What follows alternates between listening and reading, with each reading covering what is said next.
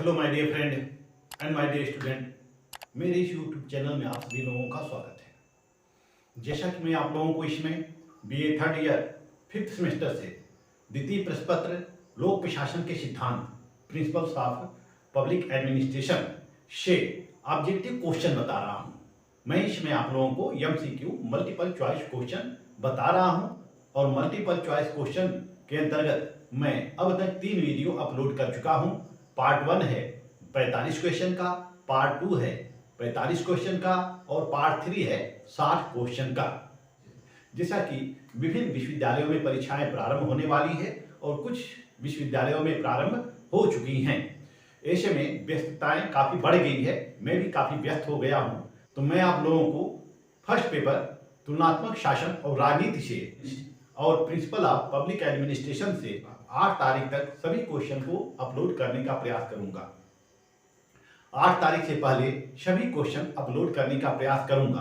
हालांकि जो प्रथम प्रश्न पत्र है तुलनात्मक शासन और राजनीति, उस पर अभी मैं पीडीएफ तैयार नहीं कर पाया हूं, लेकिन हैंड रिटेन ही उस पर मैं आप लोगों को वीडियो बनाऊंगा। इस पार्ट में मैं आपको 80 क्वेश्चन बताने जा रहा हूं। आइए चलते हैं क्वेश्चन की तरफ। पिछले वीडियो में मैं आप सभी लोगों को 230 क्वेश्चन तक आपको बता दिया था 4 वीडियो के अंतर्गत। ये ऑप्शनल क्वेश्चन या एमसीक्यू पर 5वां वीडियो है। इस वीडियो के अंतर्गत मैं 80 क्वेश्चन बताऊंगा। 231 से स्टार्ट करूंगा और 300 तक चलूंगा। 70 क्वेश्चन आपको बताऊंगा। 70 क्वेश्चन इस वीडियो में मैं आपको बताने जा रहा हूं। तो आइए चलते हैं क्वेश्चन की तरफ। क्वेश्चन नंबर 231 है, नेतृत्व के गुणों का पता स्वयं नेता को या उसके पीछे चलने वालों को भी नहीं रहता है। किसका कथन है? यह कथन है चेस्टर्ड बर्नार्ड का। 232 पर आते हैं, नेतृत्व को सत्ता का एक रूप माना है। किसने माना है? नेतृत्व को सत्ता का एक रूप माना है मूने तथा रैले ने। मूने तथा रैले ने। 233 अध्यक्ष और नेता के बीच अंतर किया है। किसने किया है? फिफनर एवं शेरवुड ने अंतर किया है। क्वेश्चन नंबर 234 किसने नेतृत्व को अवसर प्रदान करने का सिद्धांत कहा है? कुंज तथा ओ डोनेल ने। कुंज तथा ओ डोनेल ने। यह ओ अलग है और डोनेल अलग है। 235 पर आते हैं, एक पुराना तर्क है, पूर्ण नहीं ये पुराना है, एक पुराना तर्क है कि नेता इतिहास को बनाता है। नेता इतिहास को बनाता है या इतिहास नेता को बनाता है। यह बनता नहीं है, बनाता है। इस मान्यता द्वारा तय हो चुका है कि दोनों ही कथन अपनी अपनी सीमाओं में सत्य हैं। किसका कथन है? यह कथन है डगलस मैकग्रेगर का। डगलस मैकग्रेगर का। 236 पर आते हैं, नेतृत्व के लिए आवश्यक परिस्थितियां 2 हैं। एक है राजनीतिक, दूसरा है संस्थागत। यह किसका कथन है? यह कथन है मिलेट का। 237 पर आते हैं, लोक प्रशासन में सेवा वर्ग को ही सर्वोच्च तत्व माना जाता है। लोक प्रशासन में सेवा वर्ग को ही सर्वोच्च तत्व माना जाता है। किसका कथन है? यह कथन है हरमन फाइनर का।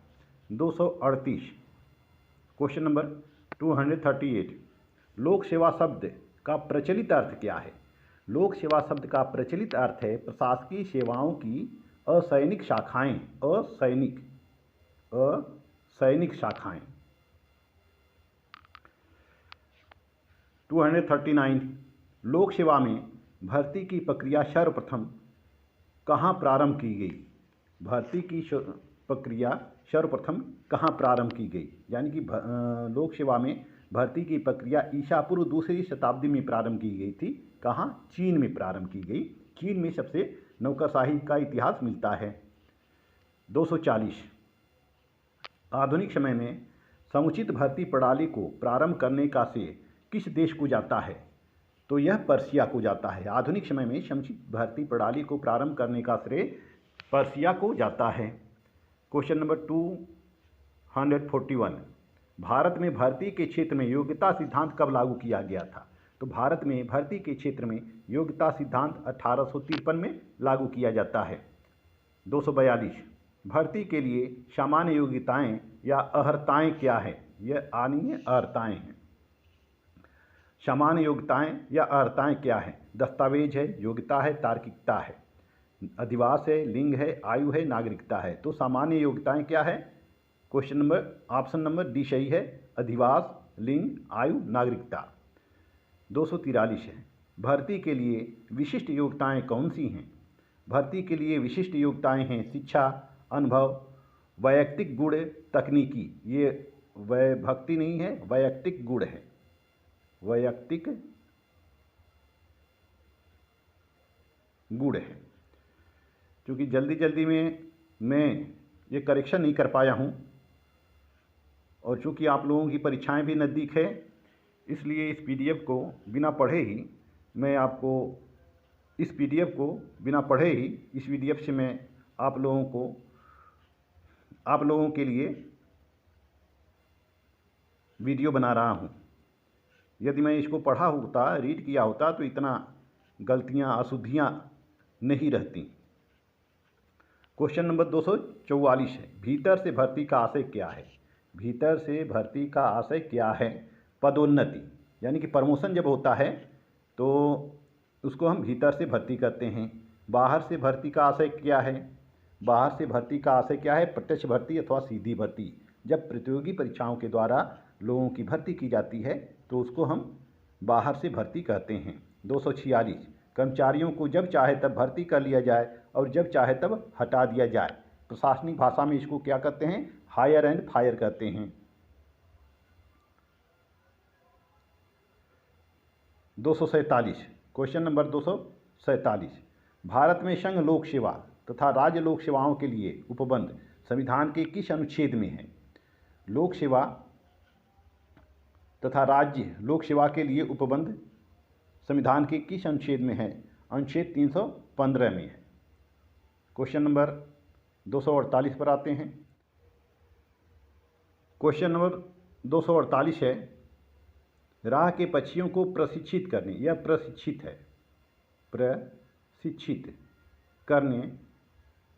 करने में जनता के धन का अपव्यय करने से क्या लाभ है? जनता के धन का अपव्यय करने से क्या लाभ है? किसका कथन है? यह कथन है एल डी व्हाइट का। क्वेश्चन नंबर 249 अब भी ये चाहते हैं कि हमारे विचारक प्लेटो और अरस्तु के बारे में जानें। किसका कथन है?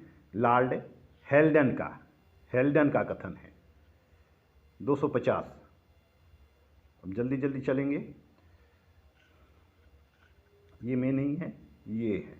ये विचारक भावी प्रशंसकों को सामान्यज्ञ के रूप में प्रशिक्षित करना चाहते हैं, न कि विशेषज्ञ के रूप में। किसका कथन है? यह कथन है स्टाल का। इनका पूरा नाम है O.G. स्टाल।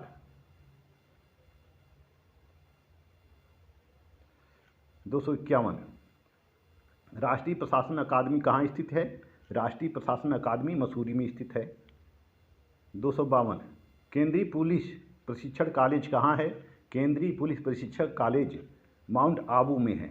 इसकी स्थापना 1948 में की जाती है। ये क्वेश्चन आ सकते हैं। आयकर सेवा प्रशिक्षण कहाँ है? आयकर सेवा प्रशिक्षण कॉलेज कहाँ है? यह है नागपुर में। ये भी इम्पॉर्टेंट क्वेश्चन है, कंपटीशन में पूछे जाते हैं। 254 पर आते हैं। रेलवे स्टाफ कॉलेज कहाँ है? रेलवे स्टाफ कॉलेज कहाँ है? बड़ौदा में है। 255 पर आते हैं। पद वर्गीकरण पदों को प्रशासकीय कार्य के आधार के रूप में समूह में प्रबंधित करने की प्रक्रिया है। किस विद्वान की परिभाषा है? यह है विलियम जी टोरपे की। 256 पर आते हैं। वर्गीकरण का अर्थ है पदों का कर्तव्य। वर्गीकरण का अर्थ है पदों का कर्तव्यों, यहाँ कर्तव्यों होना चाहिए, एवं आवश्यक योग्यताओं के आधार पर सामूहिकरण है। सामूहिकरण नहीं है, समूहीकरण है। समूहीकरण है, समूहीकरण है। किसकी परिभाषा है? किसने ये कहा है? यम मेंडल ने कहा है। मेंडल ने कहा है। यम मेंडल, यम मेंडल ने कहा है। 257 पर आते हैं। वर्गीकरण पदों को तुलनात्मक कठिनाई एवं उत्तरदायित्व के अनुसार व्यवस्थित रूप से पद सोपान में रखता है। व्यवस्थित रूप से पद सोपान में रखता है। किसका कथन है? यह मार्शल ई डिमार्क का है। यह दिमाग नहीं है, डिमार्क है। मार्शल ई डिमार्क का कहना है। 258 पे आते हैं। किसने वर्गीकरण के योजना को समान रूप से 4 चरणों में विभाजित किया है? किसने वर्गीकरण के योजना को समान रूप से 4 चरणों में विभाजित किया है? William G टोरपे। 259 पर आते हैं। किसके अनुसार पद वर्गीकरण की प्रक्रिया में मुख्य रूप से 2 कार्य संपन्न होते हैं? प्रथम तो वर्गीकरण योजना की रचना और द्वितीय प्रत्येक पद को उसके वर्ग में निर्धारित करना। यह कथन किसका है? एल.डी. व्हाइट का है। 260 पर आते हैं। किसके अनुसार किसी भी श्रेणी में बहुत अधिक वर्गों की संभावना को निष्कासित किया जाता है? निष्कासित नहीं है, यह निरुत्साहित है।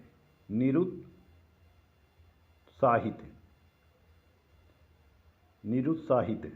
किसके अनुसार किसी भी श्रेणी में बहुत अधिक वर्गों की संभावना, ये स्थापना है। किसके अनुसार किसी भी श्रेणी में बहुत अधिक वर्गों की स्थापना को निरुत्साहित किया जाता है? यह कथन किसका है? यह कथन है टोरपे का। क्वेश्चन नंबर 261 है। किसका कहना है कि वर्गों की संख्या इतनी सीमित रखी जानी चाहिए ताकि वर्गीकरण के लक्षण के साथ एकरूपता बनी रहे? वर्गीकरण के लक्ष्यों के साथ। किसका कहना है कि वर्गों की संख्या इतनी सीमित रखी जानी चाहिए ताकि वर्गीकरण के लक्ष्यों के साथ एकरूपता बनी रहे? यह कथन है स्टाल का। 162 पर आते हैं। पद वर्गीकरण का कार्य अत्यंत कठिन और आपत्तिजनक कार्य है। यह किसका कहना है? पद वर्गीकरण का कार्य एक अत्यंत कठिन और आपत्तिजनक कार्य है। यह कहना है एल.डी. व्हाइट का। 263, सॉरी ये 163 नहीं है, ये क्वेश्चन नंबर 263 है। 263 पर आते हैं। शिल्प शिक्षणावस्था का लक्ष्य व्यापार या शिल्प संबंधी कुशलता प्रदान करना है। किसका कथन है? यह कथन है विलियम जी टोरपे का। विलियम जी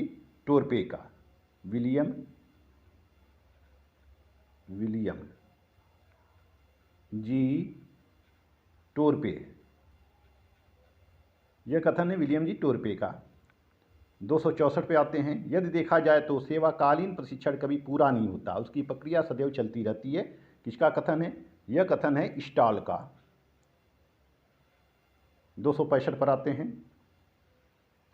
लोकहित की रक्षा सर्वोत्तम ढंग से तभी हो सकती है जब समस्त अर्हता प्राप्त कर्मचारियों को पदोन्नति के यथोचित अवसर प्राप्त हों। किसका कथन है? यह कथन है एल.डी. व्हाइट का। 266 पर आते हैं।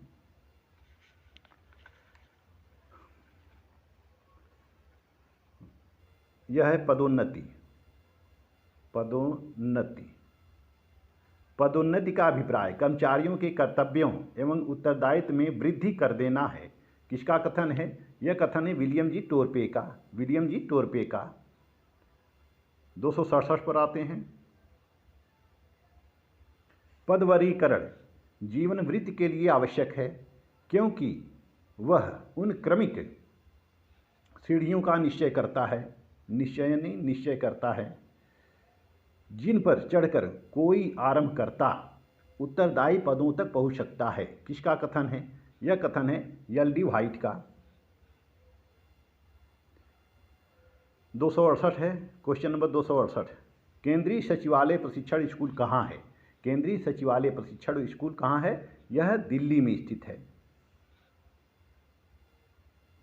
269 एडमिनिस्ट्रेटिव स्टाफ कॉलेज कहाँ है? एडमिनिस्ट्रेटिव स्टाफ कॉलेज है यह हैदराबाद में है। इसकी स्थापना 1957 में की जाती है।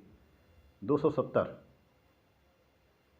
गोरवाला प्रतिवेदन प्रशासनिक सुधार पर गठित आयोग है, पर कब प्रस्तुत किया गया? गोरवाला प्रतिवेदन कब प्रस्तुत किया गया? गोरवाला प्रतिवेदन 1951 में प्रस्तुत किया जाता है। 271 क्वेश्चन नंबर 271 एपल्बी प्रतिवेदन कब सरकार को सौंपा गया? एपल्बी प्रतिवेदन 1953 में सरकार को सौंपा जाता है। 272 किस विद्वान ने योजना शब्द के स्थान पर भविष्यवाणी शब्द का प्रयोग किया है? किस विद्वान ने योजना शब्द के स्थान पर भविष्यवाणी शब्द का प्रयोग किया है? यह हेनरी फेयोल के द्वारा प्रयोग किया गया है। 273 प्रशासकीय सुधार आयोग का गठन कब किया गया? प्रशासकीय सुधार आयोग का गठन 1964 में किया जाता है।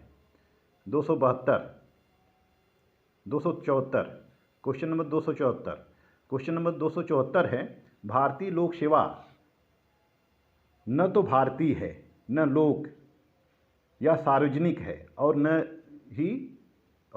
ही यह सेवा है। किसका कथन है? भारतीय लोक सेवा न तो भारतीय है न लोक है या सार्वजनिक है या न ही यह सेवा है। किसका कथन है?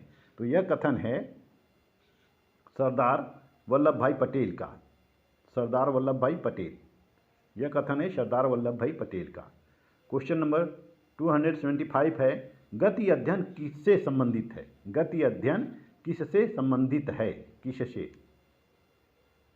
गति अध्ययन किससे संबंधित है? तो गति अध्ययन फ्रैंक गिलब्रेथ से संबंधित है।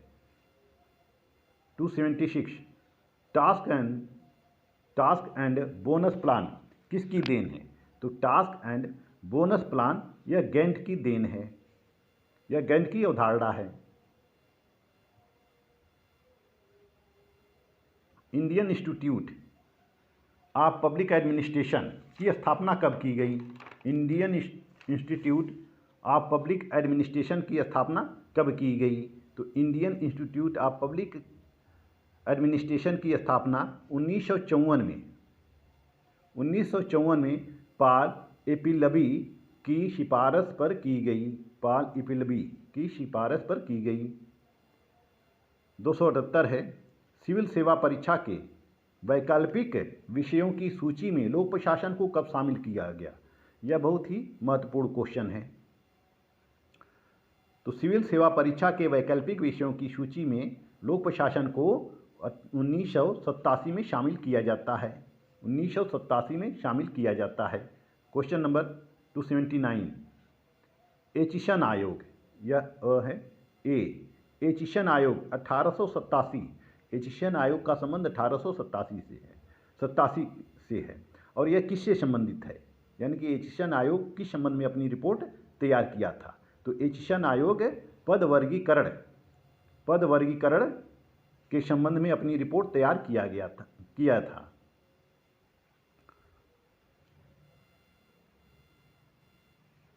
एट्टी है इस्लिंगटन आयोग 1912 से 15 किससे संबंधित है?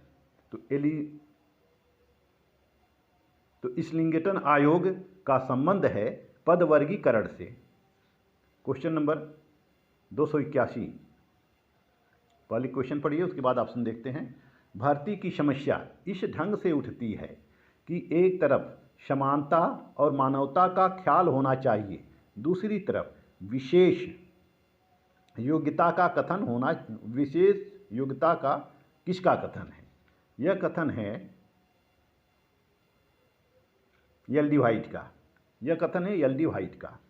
क्वेश्चन नंबर 282 है वर्गीकरण से तात्पर्य है कर्तव्य एवं अपेक्षित योग्यताओं की समानता के आधार पर पदों को वर्गीकृत करना। पढ़ा नहीं है, ये पदों है। पदों को वर्गीकृत करना किसका कथन है?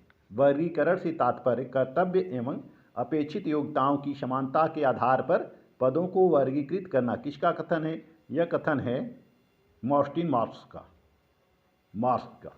Morton marks. क्वेश्चन नंबर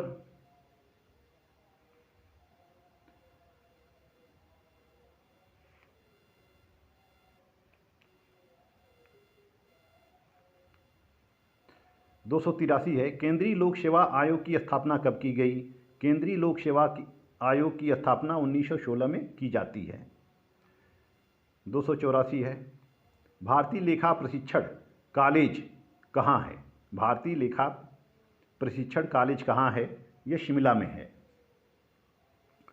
285, लोक प्रशासन पर सर्वोत्कृष्ट साहित्य किसे कहा जाता है? तो लोक प्रशासन पर सर्वोत्कृष्ट साहित्य गोरवाला रिपोर्ट को कहा जाता है। ऑप्शन ए है गोरवाला रिपोर्ट, दूसरा है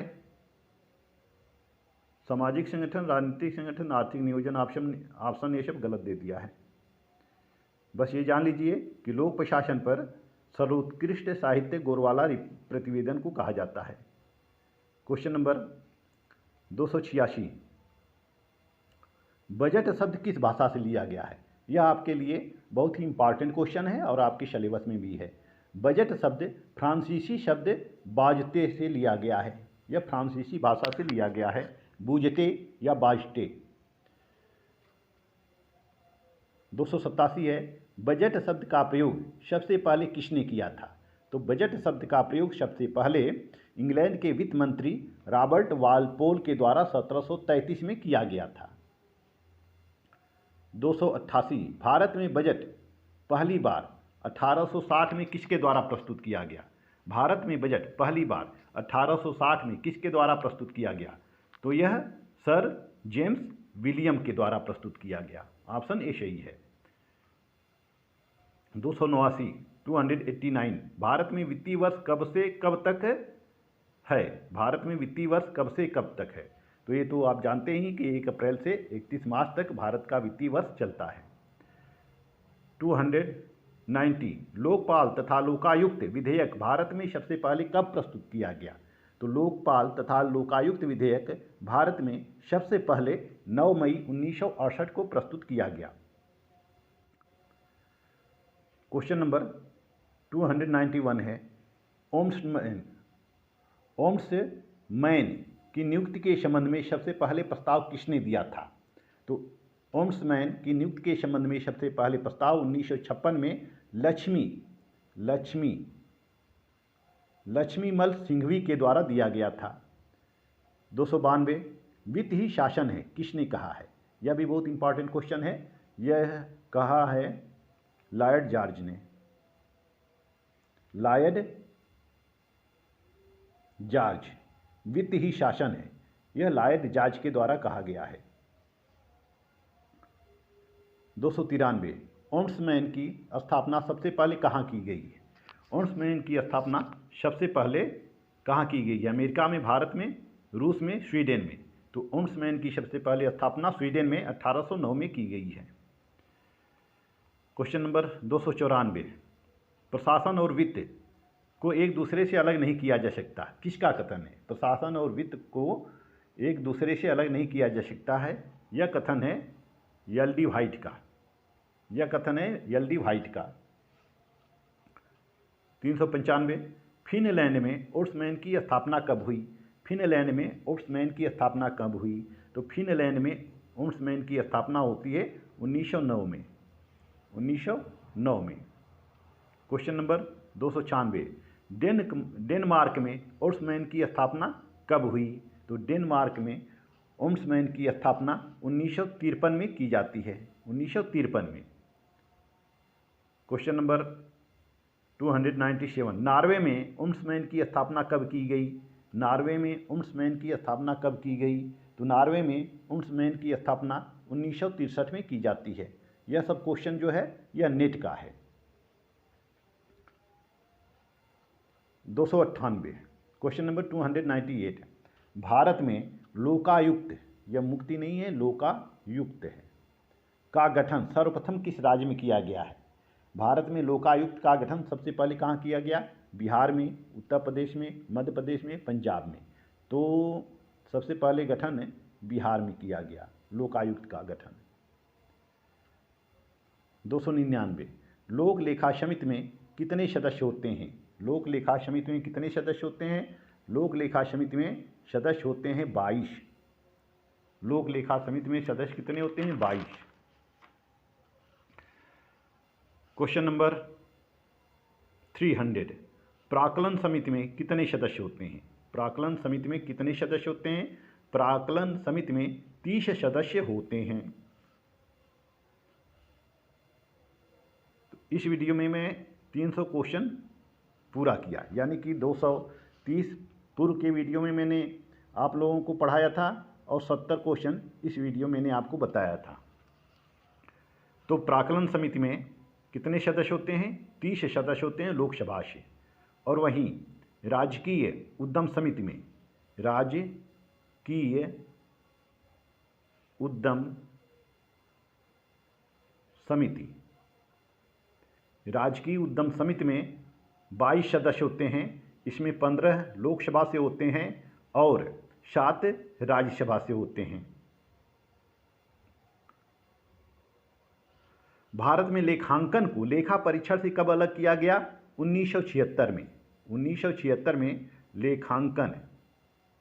लेखांकन और लेखा परीक्षण को अलग कर दिया जाता है। लेखा परीक्षण को अलग कर दिया जाता है।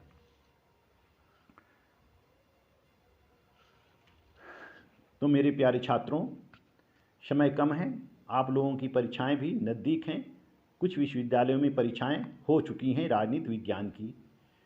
तो इस वीडियो के अंतर्गत मैं आप लोगों को आपका पब्लिक एडमिनिस्ट्रेशन समाप्त करता हूं। और अब मैं नेक्स्ट वीडियो, एक ही वीडियो रहेगा मेरा, नेक्स्ट वीडियो में कंपैरेटिव गवर्नमेंट एंड पॉलिटिक्स पर बनाऊंगा। Objective type question, MCQ question मैं MCQ क्वेश्चन में किस पे बनाऊंगा? कंपैरेटिव गवर्नमेंट एंड पॉलिटिक्स पर बनाऊंगा। और यह मेरा लास्ट वीडियो होगा। फिर अगले सेशन की हम तैयारी करेंगे, सेमेस्टर 6 की तैयारी करेंगे। ये आपका 5th सेमेस्टर चला, अब सेमेस्टर 6 की तैयारी करेंगे। मेरा वीडियो आपको अच्छा लगे तो लाइक, सब्सक्राइब और शेयर ज़रूर करते रहिएगा, साथ में कमेंट भी करते रहिएगा। मिलते हैं नेक्स्ट वीडियो में, तब तक के लिए धन्यवाद।